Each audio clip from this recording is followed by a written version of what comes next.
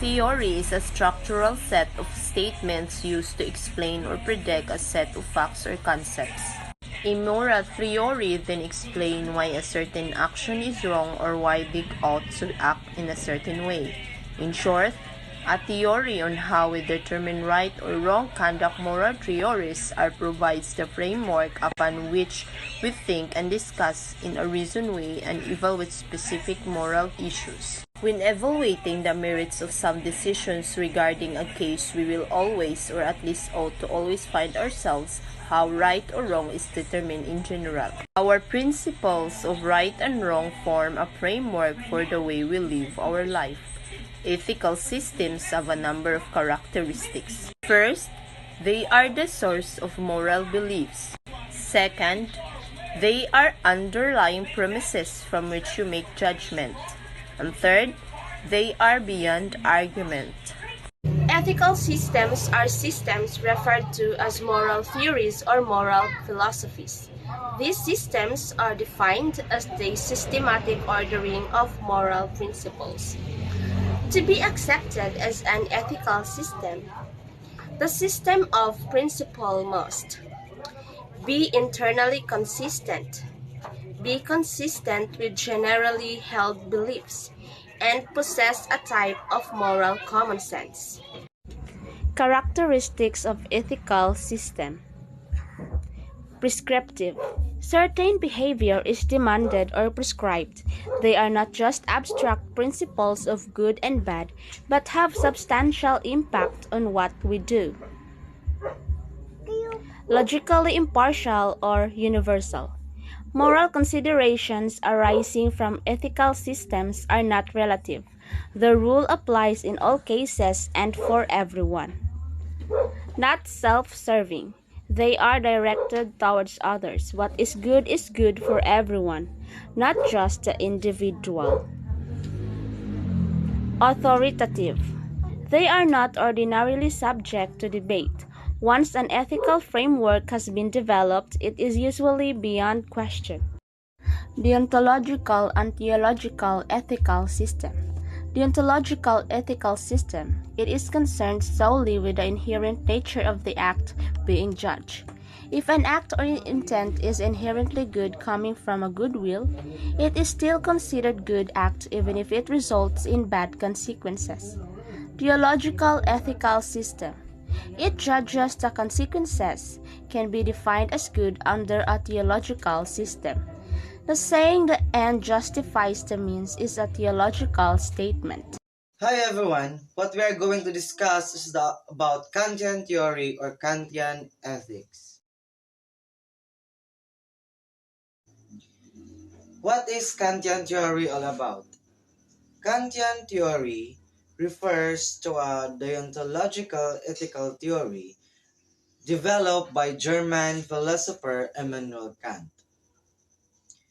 Theorists of this deontological system, which focuses on the motive or intent of the actor, moral agent, as the important determinant for judging whether an act is moral and not it.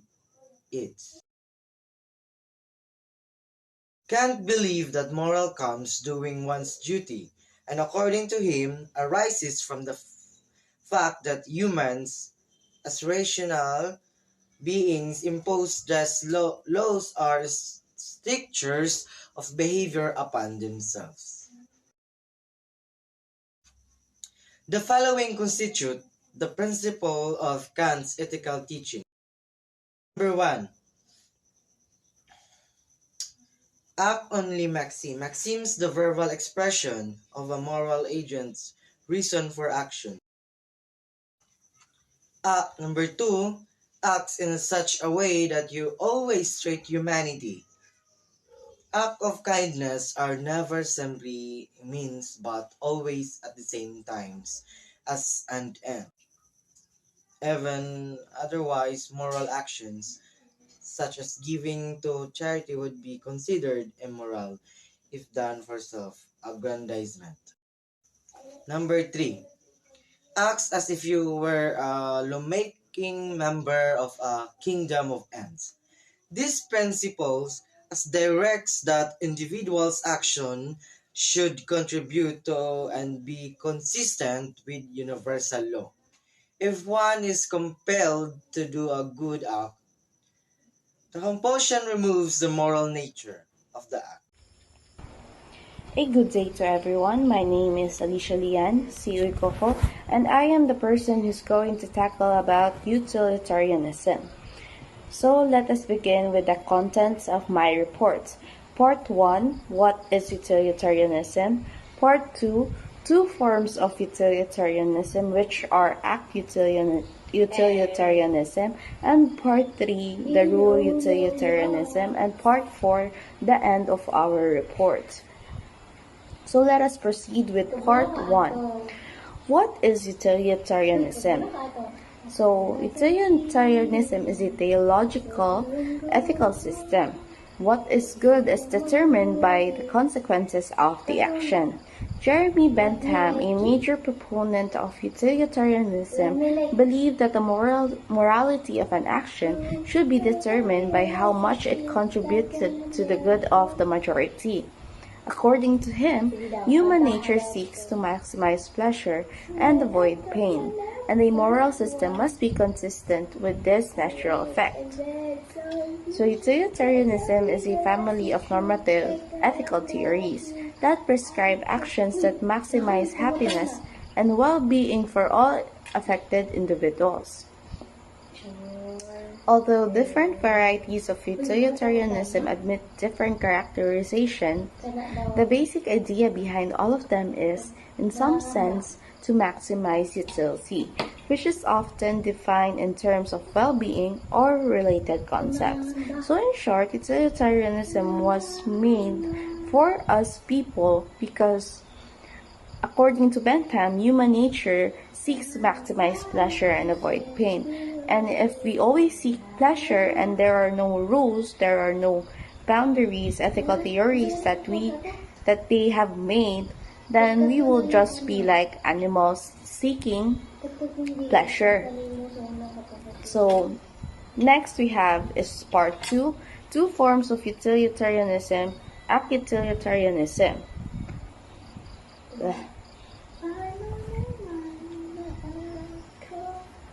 So what is act utilitarianism? In act utilitarianism, only the basic utility derived from an action is examined. We look at the consequences of any action for all involved and weigh the units of utility accordingly. And act utilitarianism is a utilitarian theory of ethics that states that a person's act is morally right if and only if it produces the best possible results in that specific situation. So here we have an example of act utilitarianism. So there is more opprobrium attached to the idea of a doctor ending a patient's life. So what if a patient sincerely requests it because of the intolerable terminal illness that the patient has? So efforts to relieve the patient's pain are widely regarded as humane. But active euthanasia is both ethically and logically condemned. Let us say she granted the patient's wish, and depending on the circumstances, and she gets punished, like revoking her doctoral license, she got suspended from the hospital, or that she can never practice medicine again. But the question is, did the doctor do anything wrong? So if you guys do not know, active euthanasia is when someone uses lethal substances or forces to end a patient's life, whether by the patient or somebody else. So the question would always be, was it morally good for the doctor to grant the wish of the patient? So I think act utilitarianism is based on that. Was it morally good because it benefited the patient? Did we do any good? Was it the best possible outcome that we could have had? So act utilitarianism is an act. An act is right if and only if it results in at least as much overall well-being as any act the agent could have performed. So meaning if there were no other possible outcomes that were that best, so it for utilitarianism, what the doctor did was actually morally good. So that's what I understand from it. So next we have rule utilitarianism. So what is rule utilitarianism? In rule utilitarianism, one judges that action is referenced to the precedent it sets and the long-term utility of the rule set by that action. With rule utilitarianism, we are concerned not only with the immediate utility of the action, but also with the long-term utility or harm if the action were to be a rule for all similar circumstances.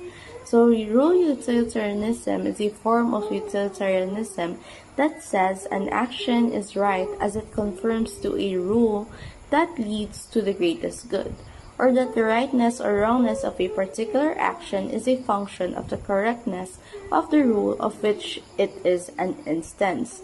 So based on the word rule itself, so rule utilitarianism focuses on the possible outcome based on the laws, the rules that we have. So if we did follow the laws or the rules that we have in our country, in our society, then what we did was morally good. So here we have examples of rule utilitarianism. So actually rule utilitarianism is actually much more easier to understand than act utilitarianism. I think act utilitarianism has many different opinions from other people, different kind of views.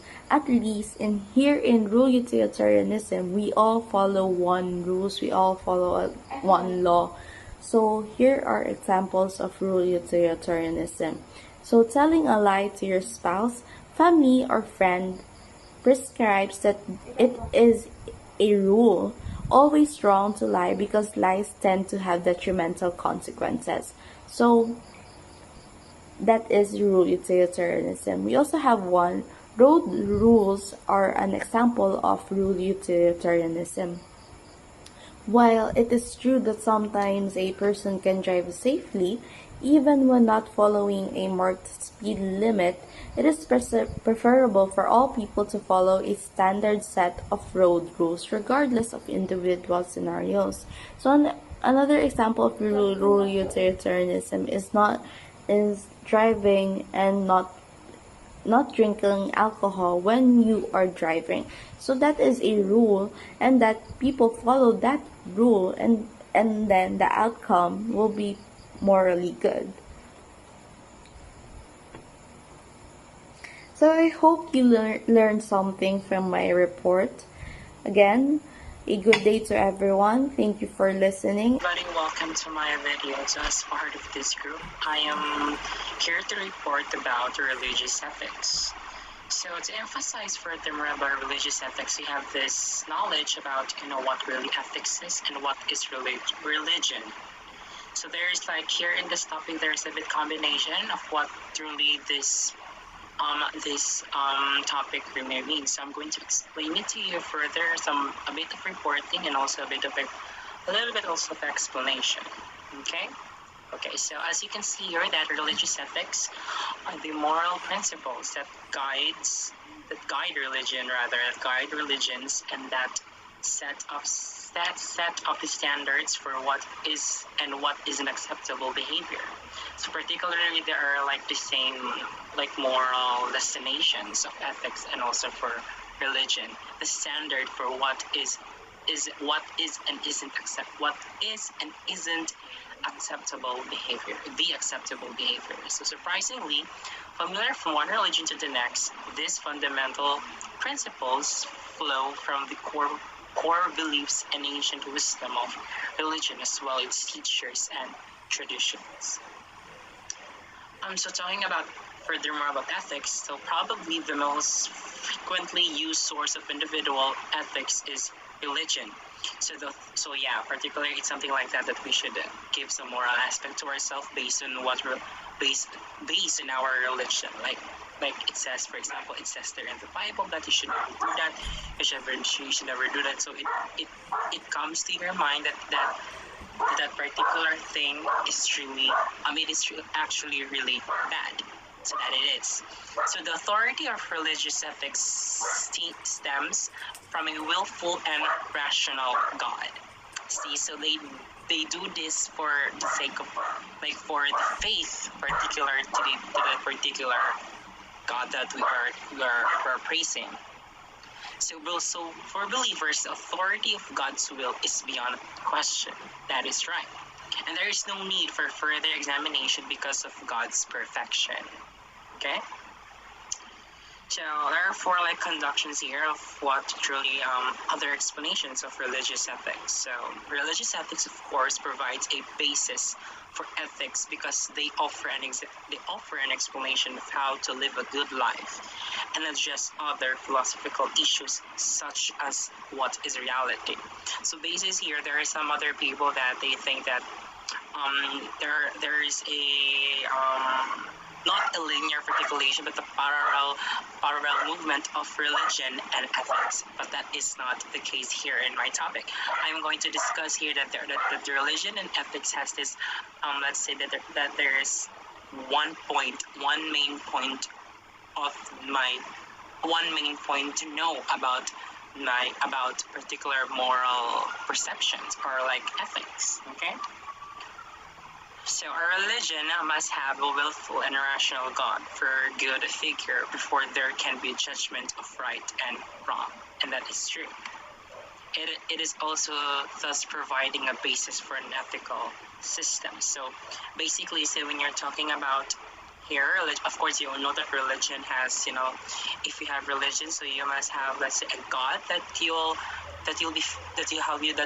will put faith in. So that you would say that so that you could have not the prediction, but the mindset of of the mindset of what is truly bad and what is truly right. And to gain that, it also provides an ethical system. And also, those religions that have a God figure consider that figure to be the source of principles of ethics and morality. That is one thing here that bases here in religion. We only base. There are other people who has this mindset that that if you have their religion in yourself.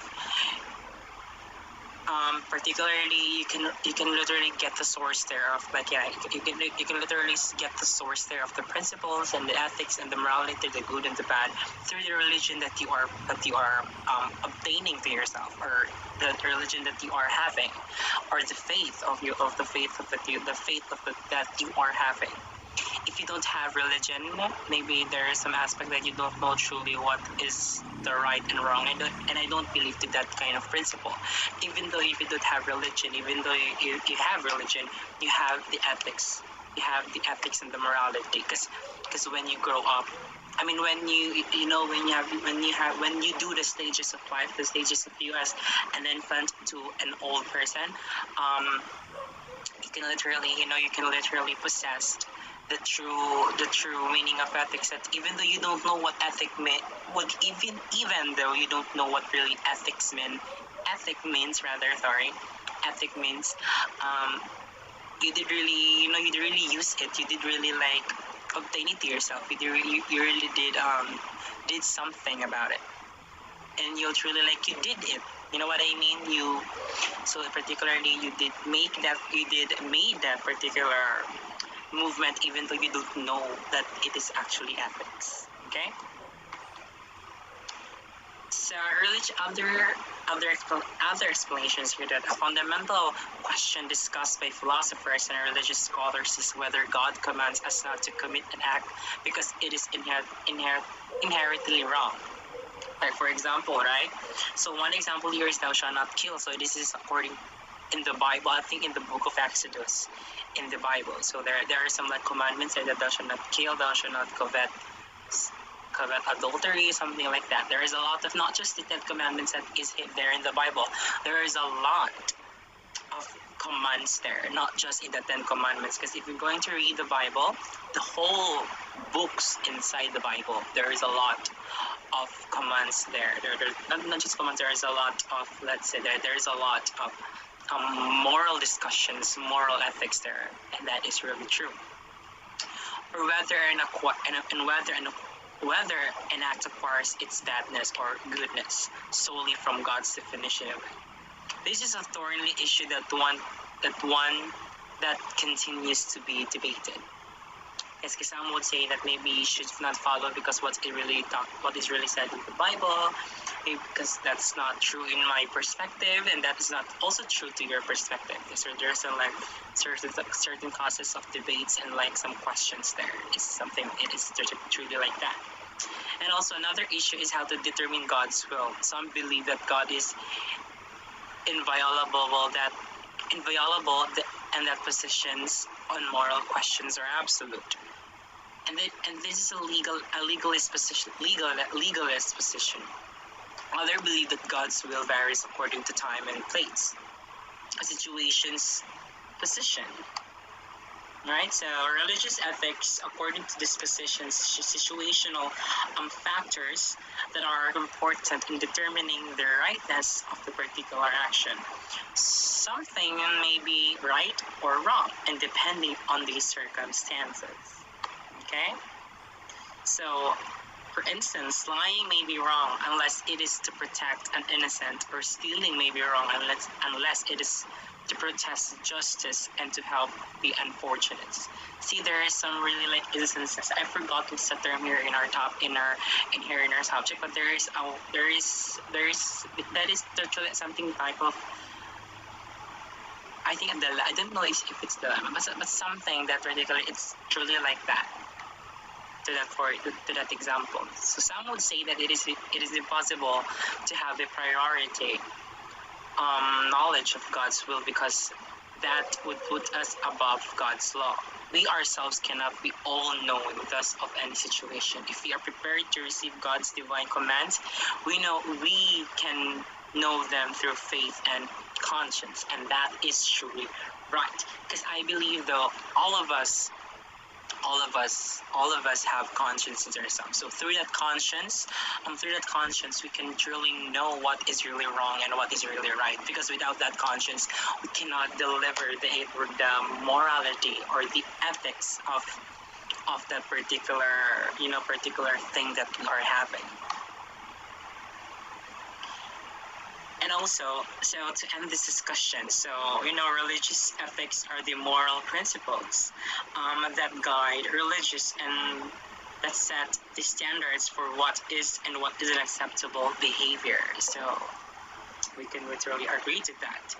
Surprisingly similar from one religion to the next, these fundamental principles flow from the core values and ancient wisdom of religion, as well as teachers and tradition. So I already said that earlier in this report. So hopefully everybody, you did learn something from my report,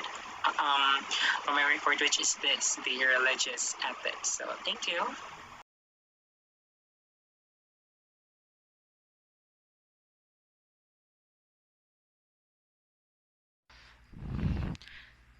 So, moving on to St. Thomas' natural law. If you're not familiar with St. Thomas, or Thomas Aquinas, which is his full name, he was the greatest of the scholastic philosophers. He was able to produce a comprehensive synthesis of Christian theology and Aristotelian philosophy that influenced Roman Catholic doctrine for centuries and was adopted as the official philosophy of the Church in 1917. So going back, the master principle of natural law that was actually written by Thomas Aquinas was that good is to be done and pursued, and evil should be avoided. Aquinas stated that the reason reveals particular natural laws that are good for humans, such as self-preservation, marriage and family, and the desire to know God. Aquinas thought eternal law to be that rational plan by which all creation is ordered, and natural law is the way that human beings participate in the eternal law. So the natural law ethical system holds that there is a universal set of rights and wrongs that is similar to many religious beliefs, but without reference to a specific supernatural figure. So morality is basically part of the natural order of the universe. Further, this morality is the same across cultures and time. So in this view, Christians simply added God as a source of law, but there is actually no intrinsic need to resort to a supernatural figure because these universal laws exist quite apart from any religion. So the natural law ethical system presupposes is that what is good is what is natural, and what is natural is what is good. So the essence of morality is what conforms to the natural world. Thus, there are basic natural inclinations that form the core of moral principles. So the very common and the basic inclinations are the inclination to the good, the inclination to the self-preservation, the inclination to sexual union and the rearing of offspring, the inclination to knowledge of the truth, the inclination to live in society. However, I will give the very common or the most basic inclinations here in St. Thomas Natural Law. So the inclination to desire to preserve our own being. So as what I've already mentioned, the inclination of self-preservation. So in common with other beings, there is always that natural tendency to preserve one's being. So for example, a cat runs away when it feels it is threatened. So the actions that consistent with this natural inclination would be those preserve one's own life, such as in self-defense, but also those that preserve or maintain the species, such as prohibition against murder. So humans preserve their beings, hence no suicide even if it is physician assisted suicide. So no murder for it would be a violation of natural law. So the other one is the sexual act is intended for procreation and care of one's offspring. So as what I have already mentioned, I did said that there is the inclination to sexual union and rearing of offspring. So natural law commands that we take care of our life and transmit that life to the next generation. As basic as the preservation of life, the natural law commands to rear and care for offspring. Is abortion acceptable? No, this is not acceptable. There is a big no about this this thing. So abusing the young, forcing children to do hard labor, depriving them of basic needs, abusing them in a physical and emotional way is, we all know it is bad. Is it acceptable to use contraception? It is not acceptable also. Although it allows sexual act, contraception inhibits procreation.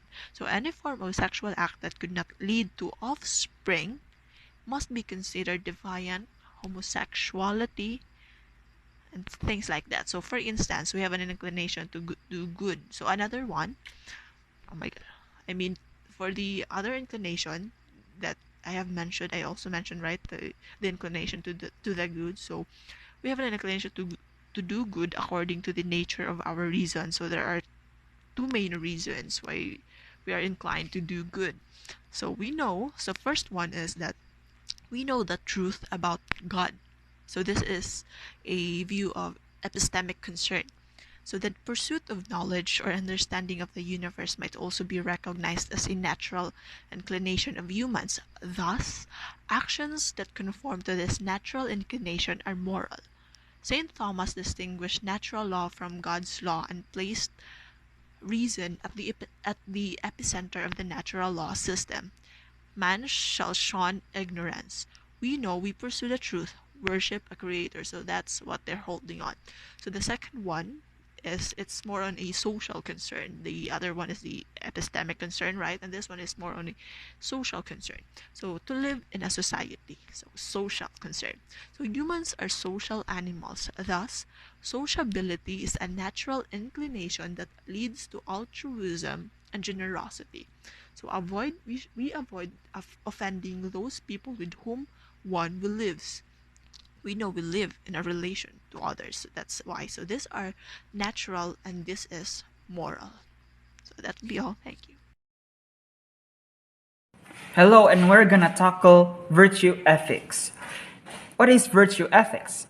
It's a philosophy developed by Aristotle and other ancient Greeks. It is the quest to understand and live a life of a moral character.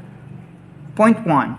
This character-based approach to morality assumes that we acquire virtue through practice.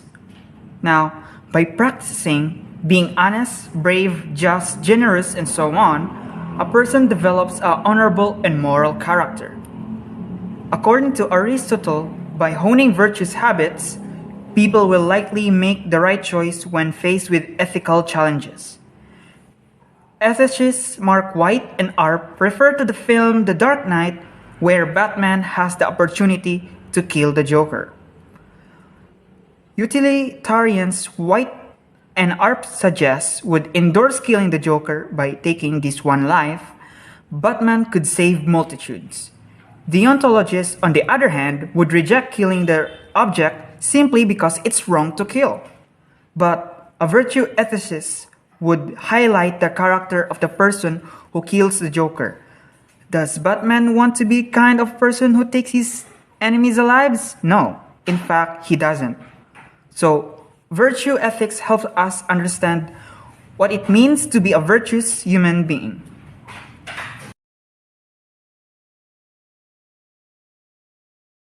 A theory itself is a structured set of statements used to explain or predict a set of facts or concepts. It is then a moral theory is a set of statements that explains why a certain action is wrong or why we ought to act in certain ways. In short, it is a theory of how we determine right and wrong conduct. And also, moral theories provide framework upon which we think and discuss in a reasoned way, and so evaluate specific moral issues. Ethical systems are defined as the systematic ordering of moral principles. And to be accepted as an ethical system, the system of principles must be internally consistent, consistent with generally held beliefs, and must possess a type of moral common sense. Here are some characteristics of ethical systems. They are the source of moral beliefs. They are underlying premises from which you make judgments. They are beyond argument, and they are prescriptive. They are logically impartial or universal. They are not self-serving, and they are authoritative. Deontological ethical system concerned solely with the inherent nature of act being judged. If an act on or intent is inherently good coming from a goodwill, it is still considered as good, even if it results in bad consequences. Theological ethical system judges the consequences of an act. Even a bad act can be considered good if it results in good consequences. In short, the end justifies the means. The major ethical systems. Kantian ethic is a deontological ethics. It focuses on what is good is that which conforms on the categorical imperative. Utilitarianism focuses on what is good is that which results in greatest utility for the greatest number. Religion focuses on what is good is that which conforms to God's will. Natural law focuses on what is good is that which is natural. And virtue ethics focuses on what is good is that which conforms to the golden mean.